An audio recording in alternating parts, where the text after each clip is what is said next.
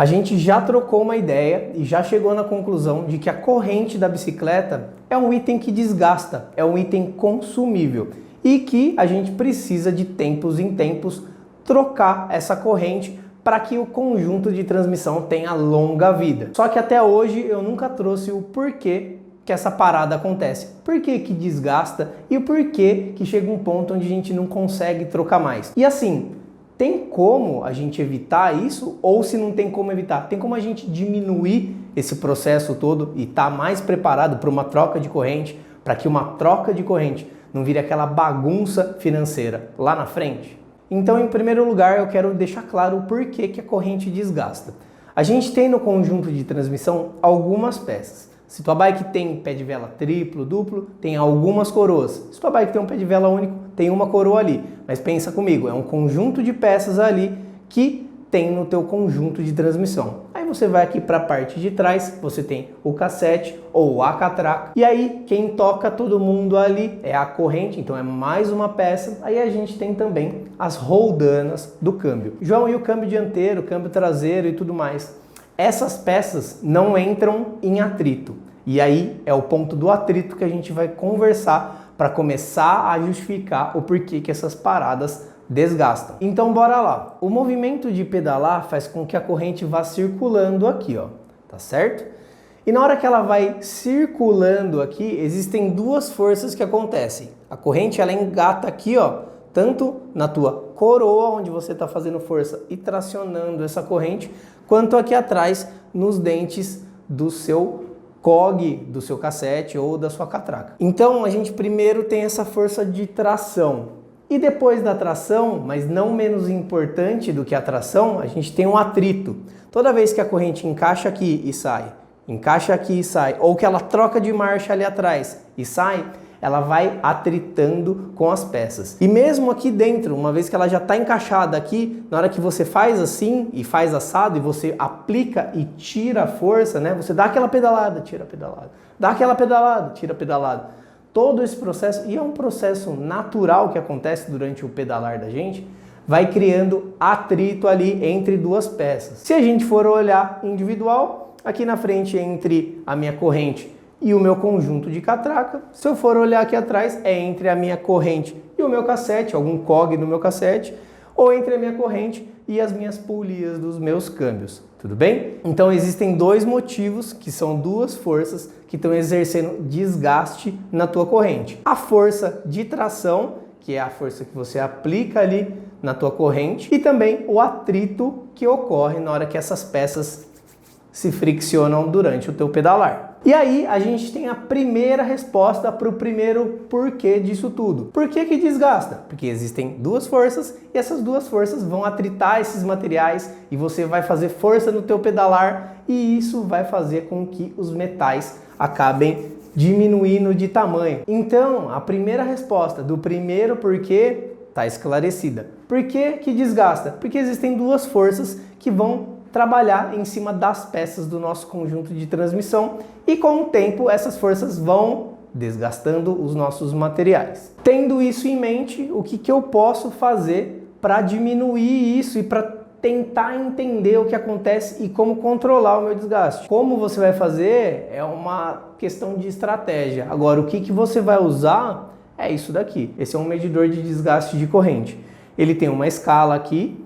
Tem outros tipos, eu gosto do que tem escala, porque eu consigo acompanhar. Vamos supor, eu coloquei na corrente 9, ela está zerada. Rodei 1000 km, ela veio para cá. Depois ela rodou mais 1000 km, ela veio aqui. Opa, chegou no ponto de troca. Ótimo, eu consigo acompanhar. Se é uma ferramenta tudo ou nada, fica um pouco mais difícil. A forma de você acompanhar isso é literalmente acompanhando o desgaste da tua corrente com uma ferramenta dessa daqui. Ó, eu não sou pago para fazer propaganda nem nada do tipo. Eu uso porque eu realmente gosto.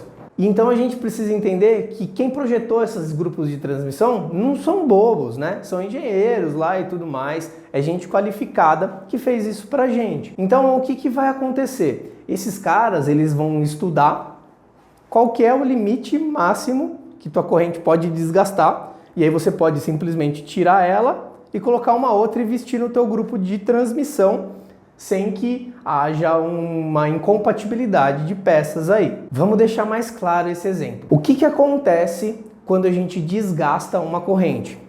Lembra dos elinhos internos? São bolinhas assim, certo? Conforme você vai desgastando, eles vão perdendo esse tamanho, vão afinando aqui, ó. E tá vendo como eles vão afinando, eles vão perdendo a forma? Agora pensa comigo.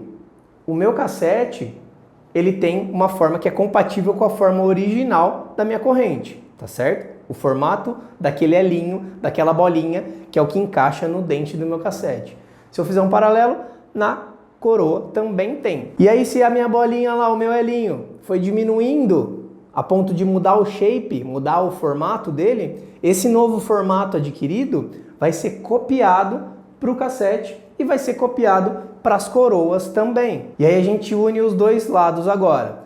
O engenheiro foi lá e entendeu que isso daqui vai diminuindo. E ele falou assim, pô, diminuiu até X% do tamanho original, ainda dá para você simplesmente tirar essa corrente, vestir uma outra e tudo segue como normal. Agora, existe um limite máximo que se ela diminuir daqui, ó, eu copio um desgaste para as minhas peças do meu grupo de transmissão, cassete e coroas, que eu não consigo depois fazer com que uma corrente original, com elo original desse tamanhão, caiba naquele dente que afinou e perdeu altura por conta daquele elinho da corrente original que ficou pequenininho de tanto desgaste. E esse é o meu segundo porquê. Por que que tem um limite máximo de desgaste? Porque passando desse limite eu não consigo vestir uma corrente nova no meu conjunto de transmissão e sair usando ele aí. E dito tudo isso, se a gente passa do limite máximo de desgaste, que a gente vai chamar de LMD para facilitar a partir de agora, você passou do LMD do teu grupo de transmissão, e aí você foi lá e colocou uma corrente nova com um elo novo, bonitinho desse tamanho e o resto das peças já incompatíveis,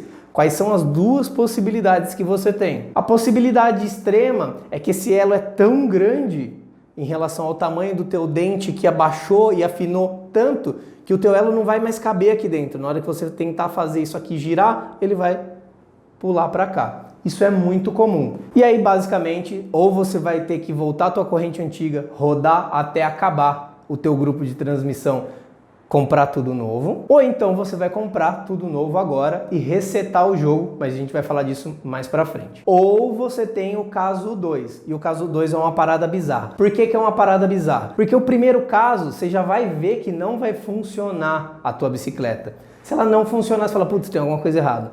O caso 2 é quando você já passou do LMD, você colocou a tua corrente lá e ela ainda vestiu mais ou menos para tua bike conseguir pedalar para frente, que seja.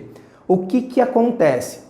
A tua corrente original, ela dura, sei lá, 2.000 quilômetros na tua configuração, beleza? Com o teu peso de ciclista, com o tipo de pedal que você faz, porque isso é variável para cada tipo de ciclista e o tipo de pedal que ele faz. Show? Mas vamos supor, então, que ela dura 2.000 quilômetros. Aí você vacilou e ela rodou aí 2.700 quilômetros. Fala, putz, 2.700 eu acho que ainda dá. Compra uma corrente nova, veste. Na hora que você vai dar um rolezinho, tá todas as marchas passando bonitinho e tal. Aí você vai lá e volta a acompanhar, afinal você já vacilou, né?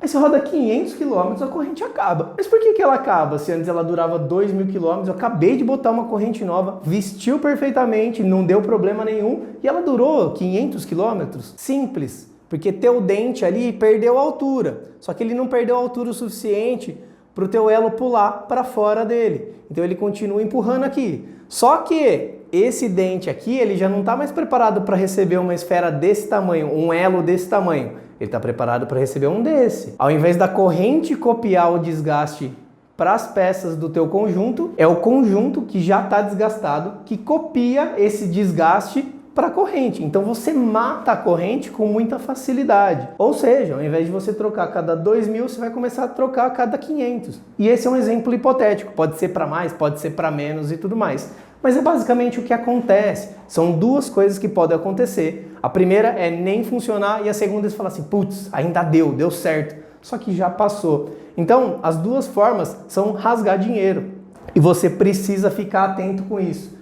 A única solução que você tem para fazer é acompanhar o desgaste descobrir qual que é o LMD, o limite máximo de desgaste, para a sua bicicleta e entender que você precisa controlar isso o tempo todo se você quer ter uma bike que não quebre, se você quer ter uma bike que performe legal, porque desgaste de corrente tem tudo a ver com qualidade de troca de marcha, e também se você quiser começar a economizar dinheiro e programar seus gastos. Faz sentido para você tudo isso? Porque demorou para fazer sentido para mim. Mas eu olhando e observando que existe um ponto máximo de desgaste, um limite máximo de desgaste e que eu preciso obedecer esse limite para que o resto das peças não seja danificado. E aí na hora que eu instalar uma corrente nova, eu tenho um defeito ao contrário, que são as peças que copiam o desgaste para minha corrente e não a corrente desgastando, copiando para as peças, demorou muito tempo, entendeu? E aí algumas coisas que são legais de você entender. Primeiro porque ninguém fala sobre isso. Porque ninguém estuda, ninguém se dá o trabalho de estudar isso. O segundo é que para as lojas é bom demais que você saia arrebentando tudo por aí, porque eu quero é bater meta e vender cada vez mais produto. E segundo, porque eu tenho uma pegada educacional muito grande. Tudo que eu aprendi eu gosto de compartilhar. Eu tô aqui porque eu gosto de fazer com que você acelere o seu processo até ter uma bike que não quebre. Então o que eu puder facilitar de caminho, eu vou fazer, tá certo? Então, se isso daqui é uma parada gratuita hoje no YouTube, é porque isso faz sentido para mim, tá bom? Pega esse tipo de conteúdo, esse tipo de conhecimento e aplica, né? Porque gera muita dúvida. Fala, pô, será que o que esse moleque tá falando aí para mim faz sentido? Meu, você não tem nada a perder hoje. Testa, acompanha, descobre o LMD. Começa de um grupo zero, bonitinho, tudo certinho, acompanha, faz ali o custo por ano. Depois roda de qualquer jeito e vê qual que é a diferença na prática. E aí, para te trazer um embasamento disso tudo, eu tenho um estudo de caso. Eu não vou te provar por achismo, eu vou te provar porque realmente aconteceu. Tanto comigo como com clientes. E eu vou usar aí um cliente antigo meu, inclusive valores super desatualizados, porque hoje as coisas estão muito mais caras do que na época. Mas eu quero mostrar para você o que aconteceu com ele e qual foi a redução que a gente conseguiu trazer. O cliente é o Robson e na época ele tinha uma Groove IP90, tá bom? Igual aquela que a gente fez todos os ajustes de transmissão, sangria no freio e tudo mais, mas não era exatamente aquela bike, era um cara maior, era uma 19, aquela era, enfim. Beleza. Uma Groove IP90 tinha 27 velocidades. E aí o que acontecia? Ele veio, pegou a bicicleta, zera comigo, rodou 2.500 km, e aí, lógico que a cada 500 a gente acompanhava esse desgaste de corrente. Na hora que deu os 2,5, deu 0,75 nesse mesmo aferidor aqui. Deu 0,75, eu falei, Robinho, a gente já precisa se preparar para uma troca de corrente. Na hora que estava no 0,50, encostou no 0,75, João, vamos trocar, tal, trocamos. Show! O que aconteceu? Na próxima corrente, mais 2.500 km. Ou seja, 5.000 de acumulado, duas correntes de, na época, R$120.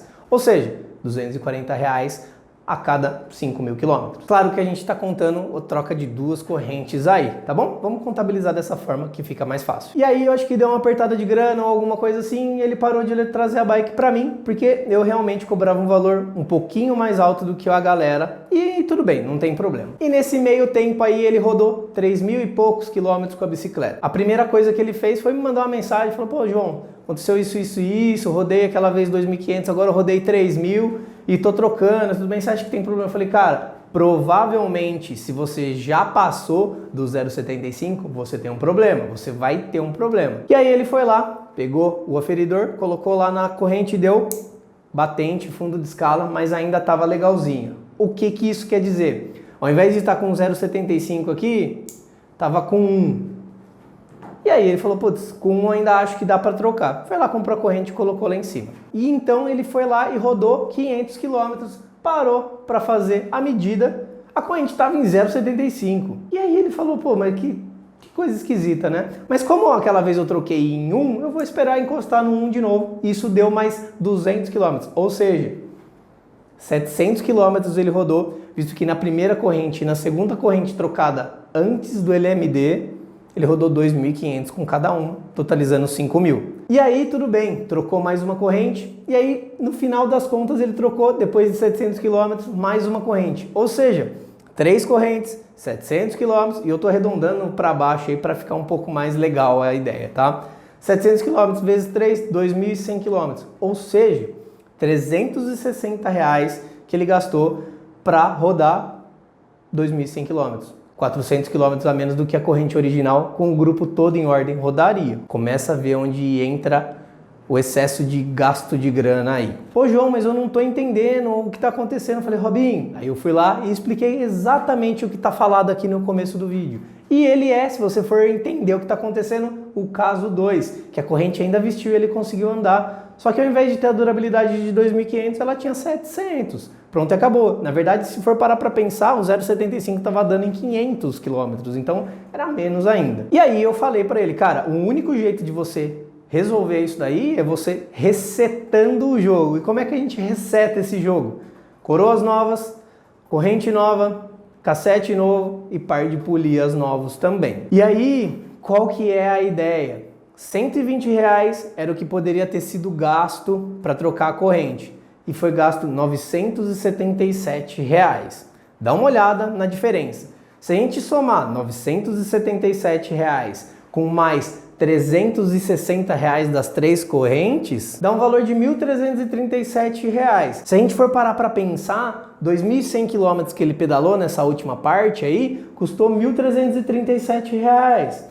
Se você for parar para pensar, a primeira vez, na hora que ele estava acompanhando, com esse cara aqui, simples assim, o LMD da corrente dele, ele rodou 5.000 quilômetros com R$240. A diferença é muito gritante. Você não concorda comigo? Não tem como você acreditar que rodar com uma transmissão até acabar faz mais sentido do que acompanhar o desgaste da tua corrente e fazer uma troca preventiva. São 1.337 para 2.100 quilômetros e são 240 para 5.000 quilômetros. É uma conta que é tosca até. A diferença daqui para cá é muito grande e não faz sentido nenhum, pelo menos na minha cabeça. E eu espero que na tua também não faça. Por isso que eu tô falando, presta atenção no limite máximo de desgaste.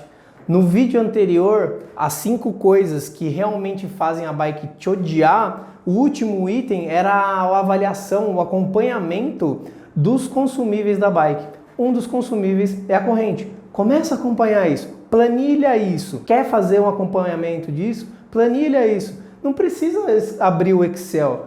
Pega no celular e anota, né? Rodei tanto, deu tanto. Rodei mais tanto, deu tanto. Qual que é o ponto, o limite máximo de desgaste? O LMD. Ah, é 1 para essa corrente. Ah, é 0,75. Ah, é 0,5. Beleza. Acompanha. Cria um histórico disso. A partir do momento que você tem um histórico, você tem a projeção de todas as próximas trocas. Vai por mim. Funciona. Testa isso. E o recado que eu queria dar era exatamente esse, para que você ficasse atento com relação a isso. Entendeu o porquê que desgasta? São 2 forças que estão ali atuando, não tem como você fugir delas, tá bom? Vai desgastar mesmo. E entendeu porque quando passa do LMD, as coisas também não ficam legais, você tem aquela possibilidade do elo original da tua corrente não encaixar mais no dente do teu cassete, da tua catraca, porque ele já perdeu a altura, porque ele passou, a corrente passou do LMD e copiou esse desgaste para todas as outras peças. E o meu intuito é puxar uma orelha assim, porque isso daí tá aí na tua cara, né?